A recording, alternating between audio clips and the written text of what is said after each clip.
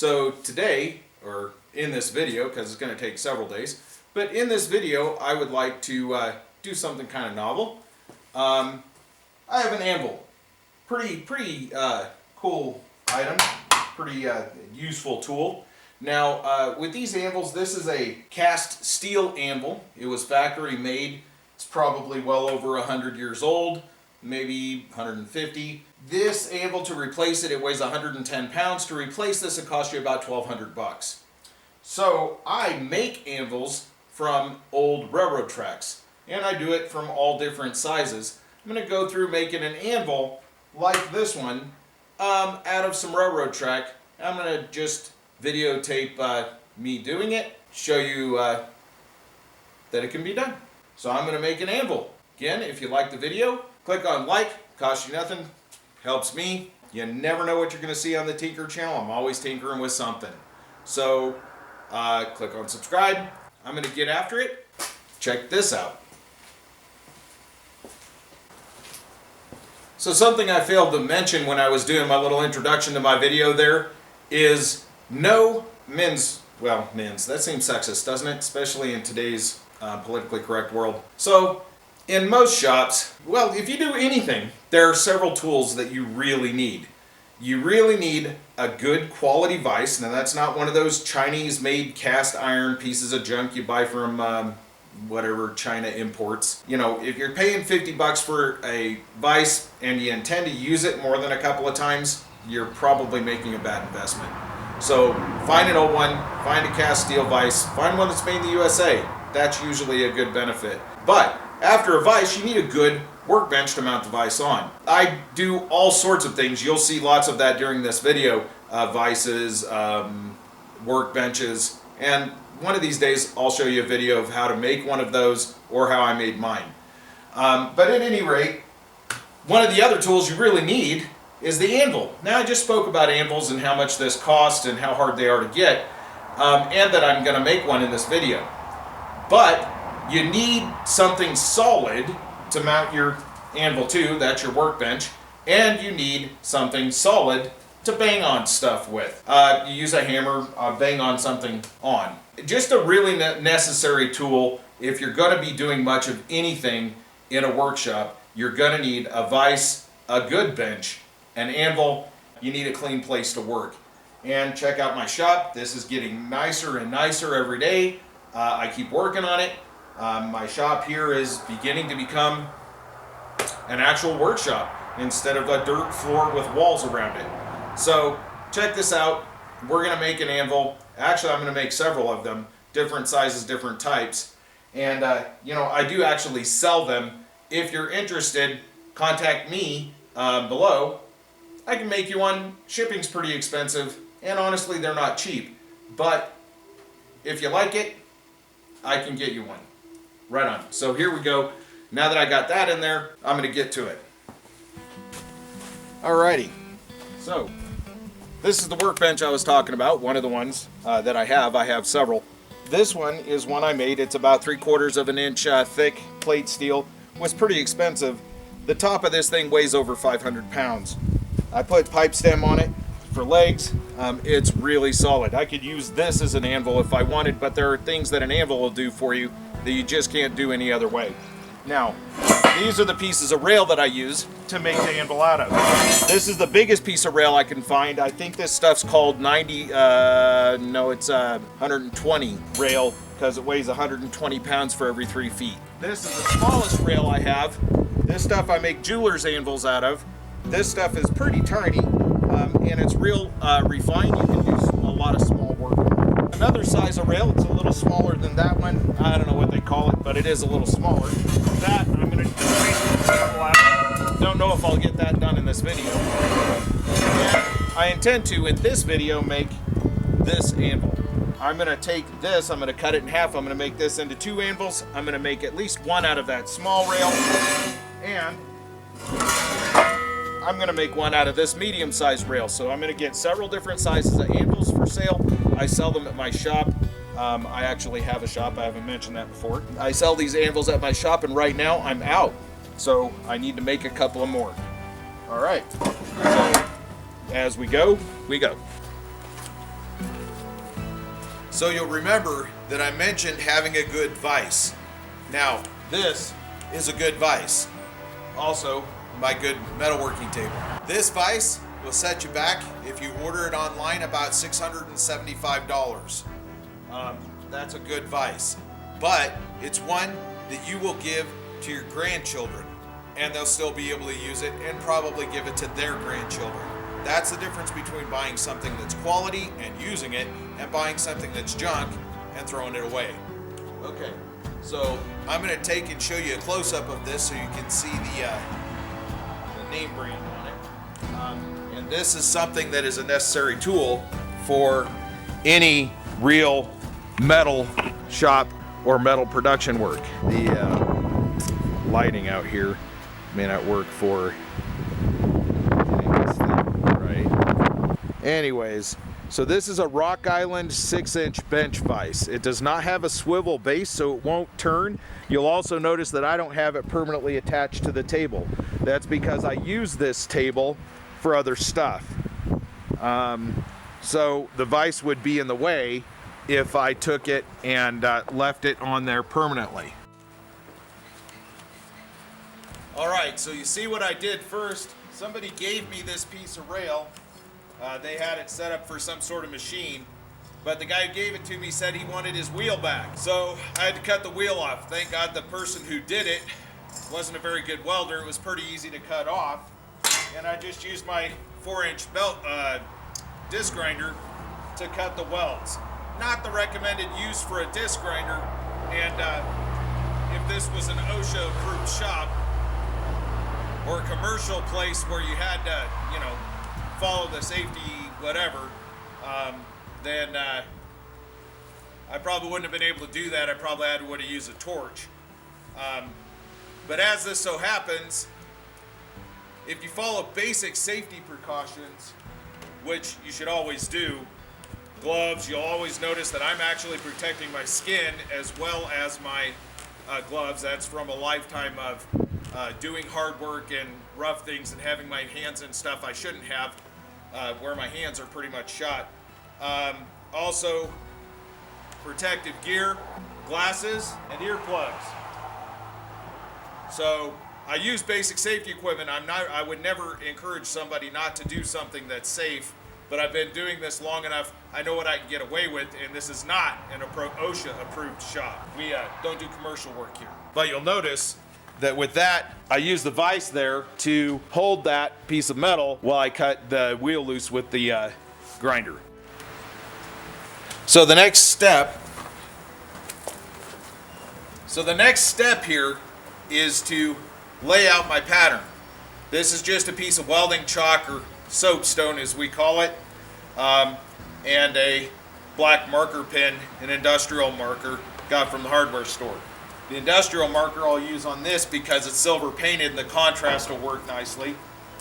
For the other metals, I'll use this.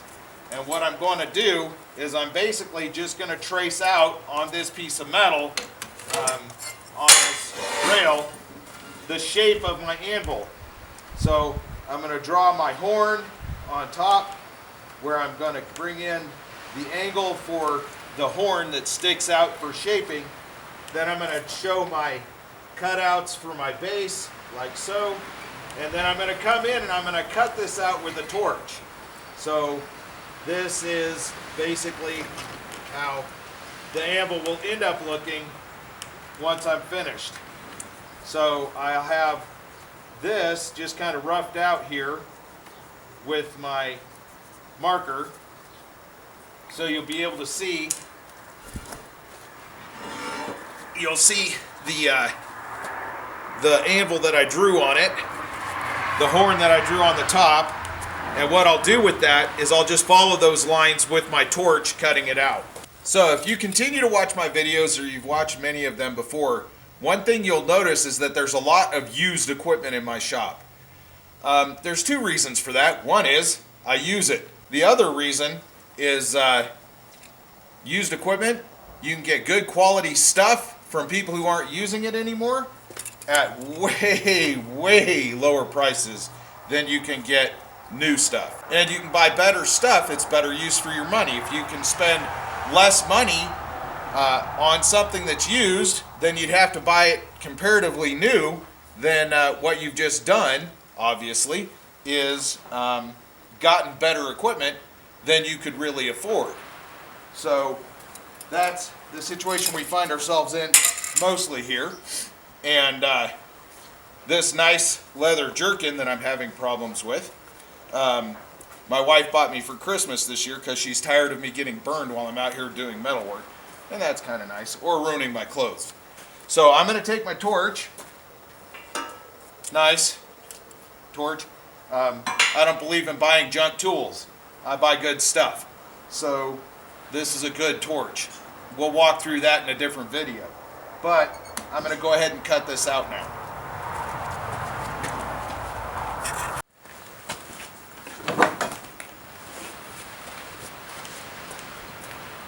Alright, so right here we have the roughed out blank of the first anvil out of this silver colored rail. It's just rough at this point. I did go ahead and hit it with the grinder and clean up some of the edges a little bit. It's pretty warm, that's why I'm tossing it back and forth. But there it is, that's the first one. Just a rough cut, not very clean, not very pretty. But watch what we end up with. And then we'll go to cutting some of these others out.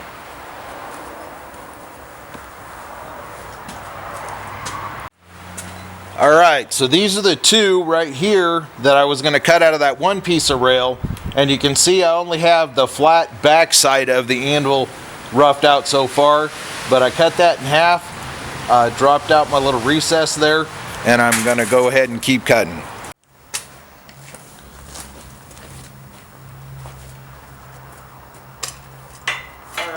So now I have 3 of them roughed out, and I went ahead and cut some holes in the back of them here. Those are for putting, for bending things. Once it's attached, you can put it in there and bend stuff. Right here. So I roughed out the fronts now. See that one. These were the 2 that were the same. I'm trying to make them a little different. I'm going to do a couple more. I want to do 1 or 2 out of this little rail, this rail here, and then I want to do 1 out of my medium-sized rail over here, and then we'll see what, I'll show you those when I get them cut out.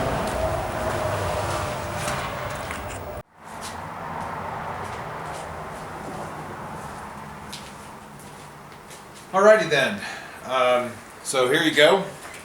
I've cut out 5 anvils out of pieces of railroad track, and you can see the different sizes. The easy part is done. This only took between 3 and 4 hours to cut these out and rough them out, and I've got 5 of them. Now you'll notice they're all slightly different shapes, different types and patterns. I like to do them with different characteristics so that they just so that they're usable for different things. So somebody might want one for jewelry, somebody might want one for metalwork, somebody might want one for who knows what else.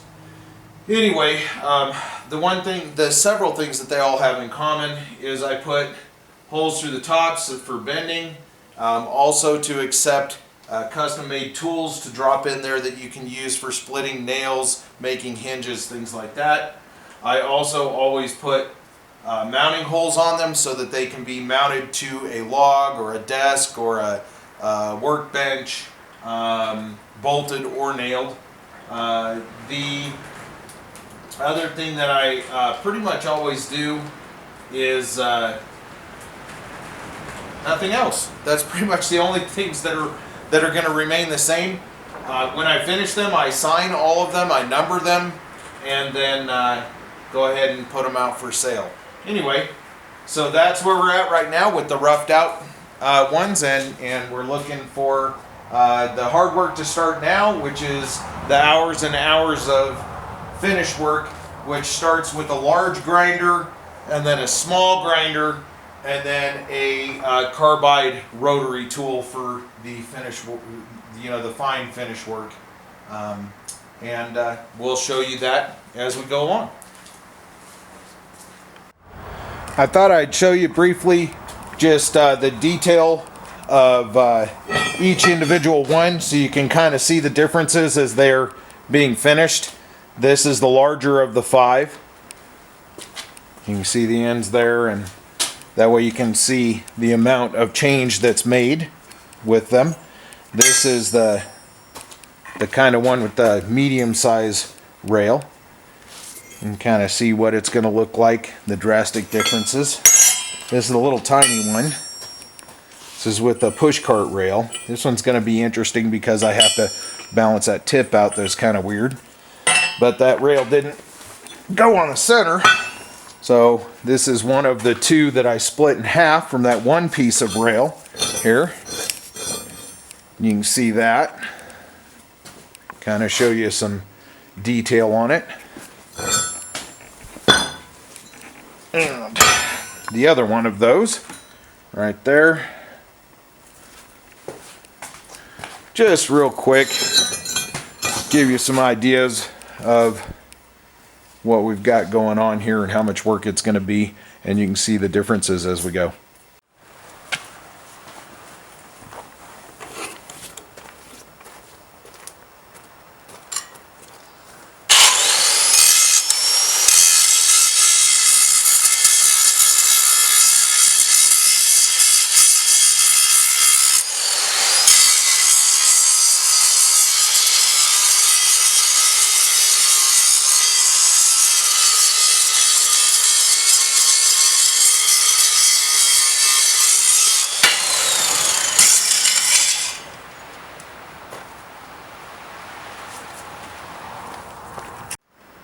Alright, so this is the larger of the anvils so far. And so far that's about half an hour's worth of work with the large grinder. I'm about done for the day. That large grinder will beat you up. Alright, so here we have the second anvil I'm going to start working on to rough it out. Traffic's pretty heavy this morning around my house. Anyway, so you can kind of see what's going on here where I'm starting with. You'll notice this one, see these big holes in the back, so you'll be able to keep track of which one it is.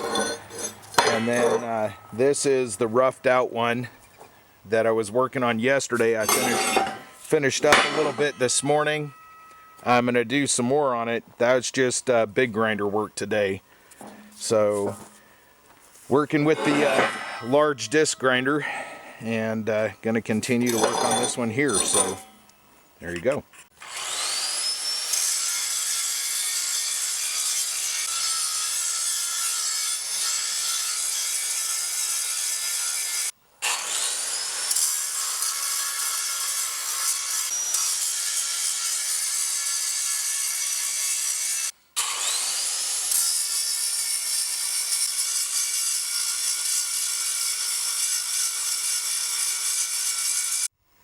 Okay, so this is anvil number 2 roughed out.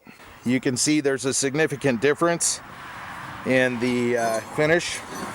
You can also see that there's a big difference in the style of the horn. I do that for a reason, because there are as many different anvils as there are people to make them, and there's as many different purposes for using those anvils as there are people to make them, so use them. So I like to make different shapes for different applications so that different people can use them, find them functional. Nowhere near finished yet, but roughed out. Okay, my third anvil, starting it off, we are looking at the rough shape. You can tell the difference between these two from the size of the holes in the back. You'll also be able to tell there'll be a significant difference in the horn when I'm finished. This is an entirely different shape for a horn. Show you, it starts off pretty ugly. It's a lot of work. And this little one I forgot I roughed out yesterday. I think it's time for a break, and then I'll get back to grinding.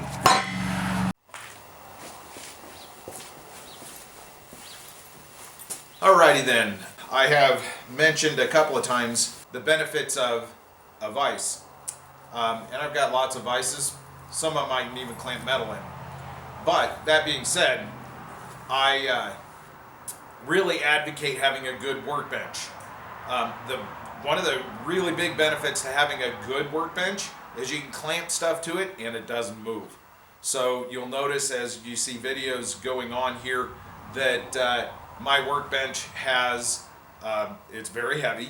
It has a very solid surface. It's open all the way around, so I can clamp to it pretty much anywhere. And I use clamps. I clamp down my vices to it. I hammer on the table. I use the table as a large anvil. And then when I need the rebound and the benefits of an actual anvil, or the curved surfaces for shaping things, excuse me, I will use the anvil. So that being said, it's really good to have a variety of clamping tools and a really good surface to clamp them to. The next thing I'd like to talk about is safety equipment, because you'll notice as I'm working that I have some safety gear on. You might notice, if you've ever worked in a metal shop, that the tools that I'm using, particularly the grinders, don't have that annoying silver guard around 3/4 of the blade. And the reason for that is where I'm using them, the way I'm using them is probably nothing you would get away with in a commercial shop. It definitely exceeds any of the safety specifications. I don't recommend do what I do. So here I am being a hypocrite saying you need to follow the safety rules, and you do need to follow the safety rules. They are in place for a reason. I am taking a significant risk when I don't follow the safety rules. When I don't use those protective pieces of equipment, I am taking a significant risk. Freedom and life comes with risk. You have to be aware of the risks you are taking, and you have to know the harm and damage that can come to you from taking those risks if something goes wrong. I acknowledge that, I see it, I use it that way. I do not recommend anybody else do that, especially if you are inexperienced. If you are inexperienced, you need to follow every single safety precaution. You need to use all the safety gear. You need to follow the recommended safety practices. I cannot reiterate this enough. That is super, super important. As an example, I have serious tinnitus. My ears ring 24/7, 365, and they have for 20 years. The reason behind that, I spent my youth using grinding tools like this and hammers and nail guns and other sorts of guns without any hearing protection. Granted, that was back in the 80s. So, well, yeah, safety was important. It's always been important, but there wasn't as much of a focus on things like that. And we grew up ignorant, if you will, of the harm that comes from not using safety gear. You will never see me using any power tool that makes noise without hearing protection. You'll never see me using anything that is going to create a large or serious impact on my eardrums without using hearing protection. Why? Because I have had the damage occur to me, and I will suffer from it for the rest of my life because I made the choice to take that risk when I was young and didn't really understand what the risk was. Another thing is I have poked out my right eye. This eye, I put a screw in it. Why? Because I took off my safety glasses for 10 seconds to drive a screw in a dark place because my safety glasses are tinted and I couldn't see through them. So instead of going and getting a clear pair of safety glasses, which would have been the smart thing to do, I went ahead and drove that screw in that dark place with a magnetic power screwdriver bit, and it slung the screw into my eye and damaged my right eye very badly. It has been corrected through multiple surgeries. I still have my vision in my right eye. That's a miracle because I shouldn't. That was stupid. One 10-second decision can change your entire life. So when you're talking about safety equipment, I'm serious. If you are not aware, cognizant of the actual risks, you use every single piece of safety equipment. If you decide not to use the safety equipment of any kind, particularly eye or hearing protection, the guards on the tools that are designed to have guards on them to keep you safe, if you choose to not use those things, then you need to understand you are taking a significant risk on your own behalf. Understand that risk, and when that risk happens, don't sue the manufacturer of the tool because it's your fault. All right, excellent. So that's my little speech for today.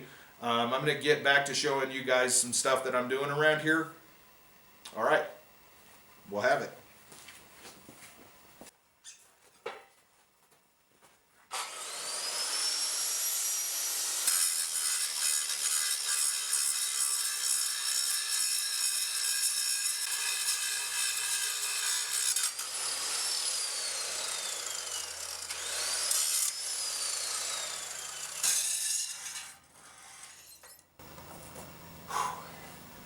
So right now I'm working on the fourth anvil. The small one is just too small for me to use a big grinder. I'll only use a small grinder on that.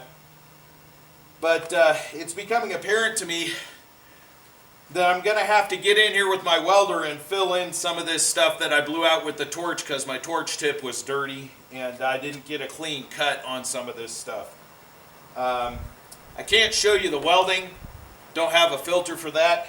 But you know, it won't show on the camera, but you'll be able to see the finished product and the difference between this and, you know, what I end up with. Because this, to get this much material off with this tool, just about kill you. Okay, so here we are. There's my 5 anvils made from the railroad material, and so far I've been working on them all day, and I've got quite a bit more to do, but at this point these guys are done with I'm done with the large grinder, done with the small grinder. Now I've got to get out my finishing tool and finish them up. So that's what they look like now. You'll see while I had the welder out, I went ahead and signed that one. Gave it a number. I always number my anvils and put my signature on them. Anyway, so there you go. Okay, well, I've been at this all day, and I finished 3 of them. So the 3 on top were done. My little tiny one here, right there, that one's done. My middle size one, that one's done. And then this one here.